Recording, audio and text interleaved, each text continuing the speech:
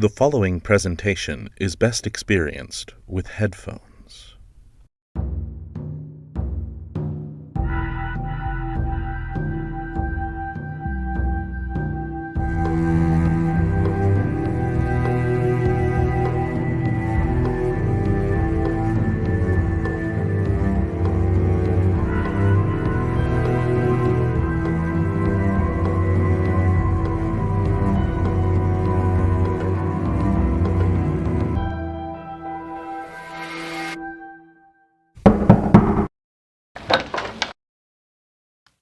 Greetings, honored guests, and welcome to the House of Branching Paths. Please follow me. We will be traveling to the forest glade to meet the Circle. I do hope your presence here can bring some levity back to our halls. I have noticed a cloying, almost ominous feeling while traveling through the house of late. That is part of why I suggested that the Circle meet in the forest glade today. Whilst you are visiting with them there on the grounds, I will do my best to air out the house. I am sure you noticed that I left the front door open for this purpose, and I will do the same when we reach the door which leads to the forest. There are a few doors I can leave open like this safely, but rest assured, I know what I am doing. I have been at it for a long time. But for now, honored guests, you can put all of that out of your mind, for we have arrived. I leave you now with the Circle. You cannot be serious. You don't have any enchanted objects here. I am serious, and how would you know? You don't even know where you came from. Friends, remember, we need to work together. And our honored guests are here. Hello, dear ones. Yes, we are delighted to see you. Don't mind the mere disagreements you may find us in. It's just that things are now... Not only disappearing. But some people think they are moving by themselves. I did see it. The bookcase in the back hallway moved entirely on its own. Things appearing from nowhere and halls leading to strange new places have all happened before, but independent movement is new. You don't think perhaps it could be another house ghost? No, normally we can see apparitions. So you believe the bookshelf is enchanted? No, I believe something moved it. But nothing was there. Maybe nothing that she could see. Possibilities that have always flowed through this house have always made it unpredictable and at times a bit dangerous, but now it seems our house is turning into its own magical land with its own magical properties. I think I see a story that has many different magical lands. Yes, my friend, I do believe I see the crackle of a story on those flames. The fire burns bright, with stories ever knowing. Apparently, a story the flames want us to pay particularly close attention to. Yes, it appears so, as we are revisiting the land of Oz. From an original novel published on May 17th, 1900. By L. Frank Baum. The Wonderful Wizard of Oz.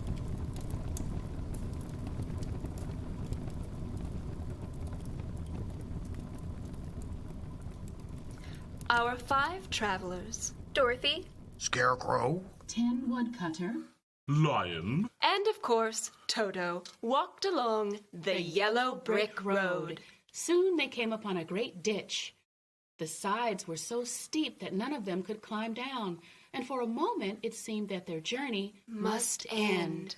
Dorothy asked, "What shall we do?" The Tin Woodcutter answered.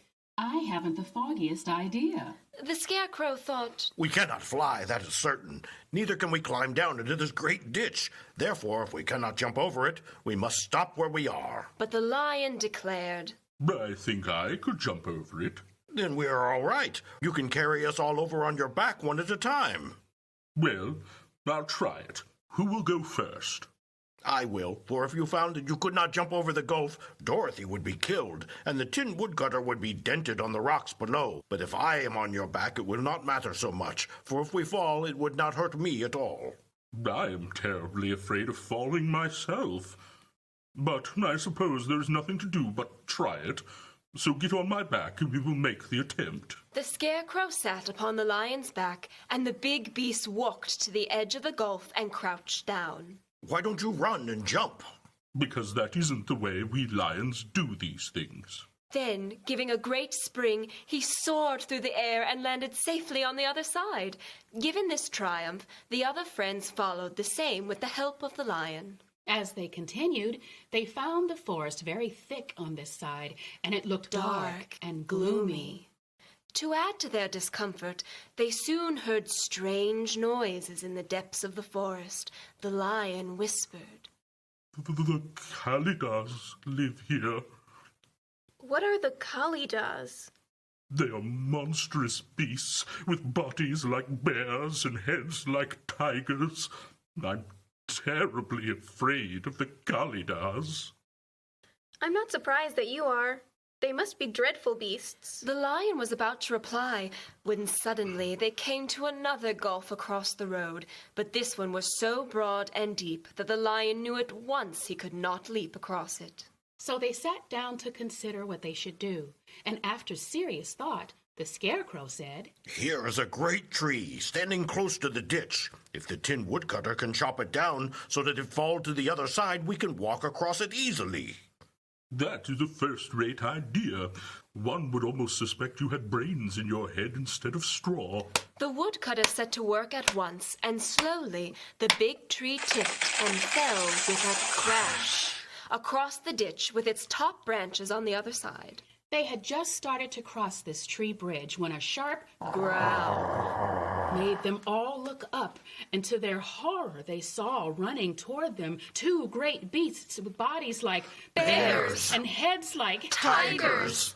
They are the Kalidahs! Quick, let us cross over. Dorothy went first, holding Toto in her arms, The Tin Woodcutter followed. and the Scarecrow came next. But the lion turned to face the Kalidahs. He gave so loud and terrible a roar that the fierce beast stopped short and looked at him in surprise. But seeing they were bigger than the lion, the Kalidahs again rushed forward, and the lion crossed over the tree and turned to see what they would do next. Without stopping an instant, the fierce beast also began to cross the tree. The lion said to Dorothy, We are lost, for they will surely tear us to pieces with their sharp claws. But stand close behind me. I will fight them as long as I'm alive. Wait a minute. Tin Woodcutter, can you chop away the end of this tree? The Tin Woodcutter began to use her axe at once, and just as the two Kalidahs were nearly across, the tree fell with a crash into the gulf, carrying the ugly, Snarling, brutes with it. Well, I see we are going to live a little while longer, and I am glad of it, for it must be a very uncomfortable thing not to be alive. Those creatures frighten me so badly that my heart is beating yet. Oh, I wish I had a heart to beat. To the travelers' great joy, the trees became thinner the farther they advanced, and soon they saw beautiful blossoms lining the road. beside great clusters of Scarlet poppies, which were so brilliant in color they almost dazzled Dorothy's eyes. Dorothy asked, Aren't they beautiful? I suppose so. When I have brains, I shall probably like them better. If only I had a heart, I should love them. I always did like flowers. They seem so helpless and frail. But there are none in the forest so bright as these. They now saw fewer and fewer of the other flowers, and soon they found themselves in the midst of a great meadow of poppies. Now it is well known when there are many of these poppies together, their odor is so powerful that anyone who breathes it falls asleep. If the sleeper is not carried away from the scent of the poppies, they sleep on and on forever. But Dorothy did not know this, so her eyes grew heavy and she said, I think I must sit down to rest and to sleep. but the Tin Woodcutter would not let her do this. We must hurry and get back to the road of yellow brick before dark. Yes, let us go now. So they kept walking until Dorothy could stand no longer, her eyes closed, fast asleep. What shall we do? If we leave her here, she will die. The smell of the flowers is killing us all. I myself can scarcely keep my eyes open, and the dog is asleep already. But the Scarecrow and the Tin Woodcutter, not being made of flesh, were not troubled by the scent of the flowers. Run fast, Lion, and get out of the deadly flower bed as soon as you can. We will bring the little girl with us, but if you should fall asleep, you are too big to be carried. So the lion bounded forward as fast as he could go. Let us make a chair with our hands and carry her. And so they did. On and on they walked, with Dorothy and Toto in their arms. They were almost at the edge of the poppies when they passed the lion, who had not been able to escape the field. We can do nothing for him, for he is much too heavy to lift. We must leave him here to sleep on forever. And perhaps he will dream when he has found courage at last. I'm sorry. The lion was a very good comrade for one so cowardly. But let us go on. They carried the sleeping girl to a pretty spot beside the river, far enough from the poppy field so she might awaken. We could not be far from the road of Yellow Brick now. The Tin Woodcutter was about to reply. When I heard a low growl, I turned my head. I saw a wild cat bounding over the grass towards us. So the woodcutter raised her axe and frightened the wildcat away. There was a field mouse whom the wild cat had been after. Now that it was freed from its enemy, the mouse stopped short and said to the woodcutter, Thank you. Thank you ever so much for saving my life. Oh, don't speak of it. I beg of you. I have no heart, you know, so I'm careful to help all those who may need a friend, even if it happens to only be a mouse. Only a mouse? Why, I am the queen of all the field mice. Oh, indeed. Therefore, you have done a great deed, as well as a brave one, in saving my life. At that moment, several mice were seen running up as fast as their little legs could carry them, and when they saw their queen, they exclaimed, Oh, your majesty, we thought you'd be killed. How did you manage to escape the great wildcat? This funny Tin Woodcutter scared the wildcat and saved my life. So hereafter you must all serve her and obey her slightest wish. We will. Is there anything we can do to repay you for saving the life of our queen? Nothing that I know of. But the Scarecrow, who had been trying to think, said quickly, Oh, yes, you can save our friend, the cowardly lion, who is asleep in the poppy bed. A lion? Why, he would eat us all up. Oh, no, this lion is a coward. Really? He says so himself, and he would never hurt anyone who is our friend. If you will help to save him, I promise that he will treat you with all kindness. Very well. We trust you. But what shall we do? Are there many of these mice which call you queen and are willing to obey you? Oh, yes, there are thousands. Then send for them all to come here as soon as possible, and let each one bring a long piece of string. As soon as the mice heard their queen's orders, they ran away in every direction as fast as possible. The Scarecrow went on and said to the Tin Woodcutter, Now you must go to those trees by the riverside and make a truck that will carry the lion. So the woodcutter went at once to the trees and began to work. Soon she made a truck out of the limbs of trees, so fast and so well that by the time the mice began to arrive, the truck was all ready for them. They came from all directions, and there were thousands of them. Big mice. And little mice. And middle-sized mice. And each one brought a piece of string in its mouth.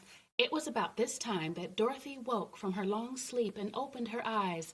The Scarecrow told her about everything, and turning to the dignified little mouse, he said, Permit me to introduce to you Her Majesty, the Queen. I am so happy to meet you. The Scarecrow and the woodcutter now began to fasten the mice to the truck, using the strings they had brought. Then they placed the lion up on the truck. Together, the mice, Scarecrow, and Tin Woodcutter soon rolled the lion out of the poppy bed to the green fields where he could breathe the sweet, fresh air again. Dorothy came to meet them and said, Thank you so much for your help. We couldn't have gone on without our friend. Then the mice were unharnessed from the truck and scampered away through the grass. The queen of the mice was the last to leave. If you should ever need us again, come out into the field and call, and we shall hear you and come to your assistance. Goodbye. Goodbye. After this, they sat down beside the lion until he should awaken, and the Scarecrow brought Dorothy some fruit from a tree nearby, which she ate for her dinner. It was some time before the cowardly lion awakened, but as he did, he recounted. I ran as fast as I could, but the flowers were too strong for me. How did you get me out? Then they told him of the field mice and how they had generously saved him. The cowardly lion laughed and said, I've always thought myself very big and terrible, yet such little things as flowers came near to killing me, and such small animals as mice have saved my life. How strange it all is. But, comrades, what shall we do now? We must journey on until we find the road of yellow brick again, and then we can keep on to the Emerald City. The next morning, as soon as the sun was up, they started on their way, and soon saw a beautiful green glow in the sky just before them. That must be the Emerald City. As they walked on, the green glow became brighter and brighter, and it seemed that at last they were nearing the end of their travels. Soon they came to the end of the road of yellow brick, and there was a big gate. There was a bell inside the gate, and Dorothy pushed the button. Then the big gate swung slowly open, and they all passed through and found themselves in a high arched room, the walls of which glistened with countless emeralds. Before them stood a man clothed all in green, from his head to his feet, and even his skin was of a greenish tint. At his side was a large green box. He spoke. What do you wish of the Emerald City? We came here to see the Great Oz. Oh, it has been many years since anyone asked me to see Oz. He's powerful and terrible, and if you come on an idle or foolish errand to bother the wise reflections of the great wizard, he might be angry and destroy you all in an instant. But it's not a foolish errand, nor an idle one. It is important, and we have been told that Oz is a good wizard. So he is, and he rules the Emerald City wisely and well. But to those who are not honest or who approach him from curiosity, he is most terrible, and few have ever dared ask to see his face. I am the guardian of the gates, and since you demand to see the Great Oz, I must take you to his palace. But first, you must put on the spectacles. Why? Because if you did not wear spectacles, the brightness and glory of the Emerald City would blind you. Even those who live in the city must wear spectacles night and day. Even with eyes protected by the green spectacles, Dorothy and her friends were at first dazzled by the brilliance of the wonderful city. The streets were lined with beautiful houses, all built of green marble and studded everywhere with sparkling emeralds. The window panes were of green glass. Even the sky above the city had a green tint, and the rays of the sun were green. There were many people walking about, and these were all dressed in green clothes and had greenish skin. Many shops stood in the street, and Dorothy observed, Everything in these stores is green. Green candy and green popcorn, green shoes, green hats, and green clothes of all sorts. The guardian of the gates continued to lead them through the streets until they came to the Palace of Oz, the great wizard. Step inside. I will carry your message to him. They had to wait a long time before the guardian returned. When at last he came back, he said, Oz said he will grant you an audience, if you so desire, but each one of you must enter his presence alone, and he will admit but one each day. Therefore, as you must remain in the palace for several days, I will have you shown to rooms where you may rest in comfort after your journey. Thank you. That is very kind of Oz. And so the travelers rested and prepared to meet the great Oz. The next day, as Dorothy entered the room before Oz's throne, many attendees looked at her curiously, and one of them whispered, Are you really going to look upon the face of Oz the Terrible? Of course, if he will see me. Oh, he will see you. The guardian appeared once more. Although he does not like to have people ask to see him, indeed, at first he was angry and said I should send you back where you came from. Then he asked me what you looked like, and when I mentioned your silver shoes, he was very much interested. At last I told him about the mark upon your forehead, and he decided he would admit you to his presence. Just then a bell rang, and the guardian said to Dorothy, That is the signal. You must go into the throne room alone. Dorothy walked boldly through and found herself in a wonderful place. There was a big throne of green marble that stood in the middle of the room. It was shaped like a chair that sparkled with gems, as did everything else. In the center of the chair was an enormous head without a body to support it. As Dorothy gazed upon the head, the eyes turned slowly and looked at her. Then the mouth moved, and Dorothy heard a voice say, I am Oz, the great and terrible. Who are you and why do you seek me? I am Dorothy, the small and meek. I have come to you for help. Where did you get the silver shoes? I got them from the Wicked Witch of the East when my house fell on her and killed her. Where did you get the mark upon your forehead?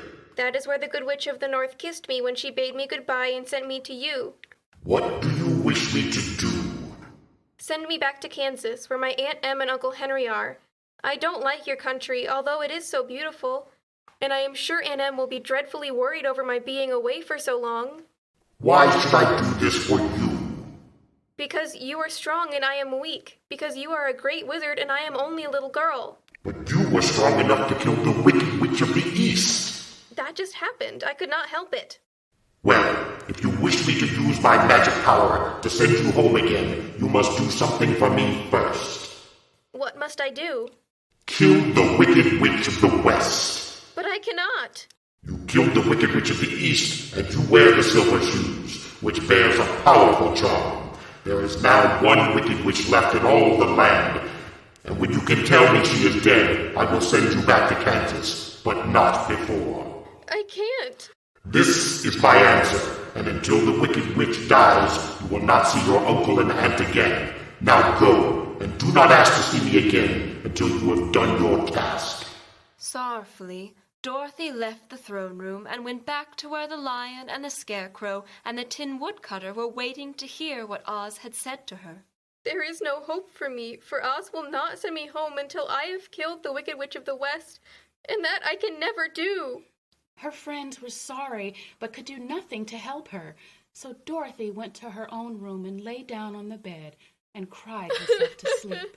The following days, the guardian came to the scarecrow, lion, and tin woodcutter, and the wizard asked each to bring proof that the Wicked Witch was dead, or they may not receive their brains, courage, or heart.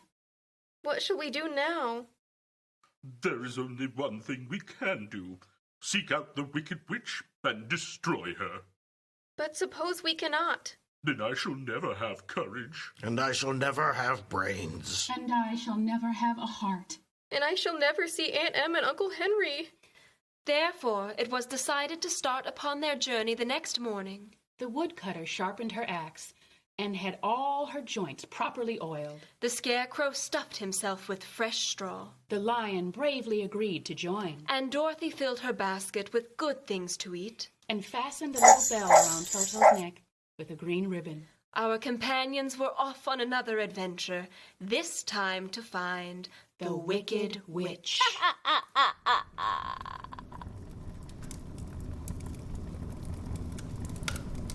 You know, if we aren't careful, the House of Branching Paths will be its own magical realm with all the strange happenings here. I just don't understand how things can go missing and move unless there is someone else in residence. Someone we aren't aware of? It's a frightening thought, Emrys, but one that's been circling my mind the past few weeks. Maybe it's just another traveler. No, travelers make themselves known. It's something that doesn't want to be found. And I'm starting to believe Nan knows exactly where that something is. But for now, honored guests, we must say goodbye. Yes, my friend. I do believe I see the crackle of a story on those flames, but for next time. The fire burns low, with stories ever glowing. Honored guests, follow me. Unfortunately, the circle is right. Things in the house have started to shift on their own. My usual route to the front door has been waylaid by the credenza, so we'll have to use the back hallway. But don't worry, as long as I am here, nothing... Oh, that certainly is not nothing. Honored guests, I apologize, but it seems the bookcase is moving. Let's go back the other way. Come, I know there is a door on the left wing of the house. It's just through here, honored guests. Keep your eyes on the door, and all will be well. Farewell, honored guest. I will try to have these problems resolved before next we meet.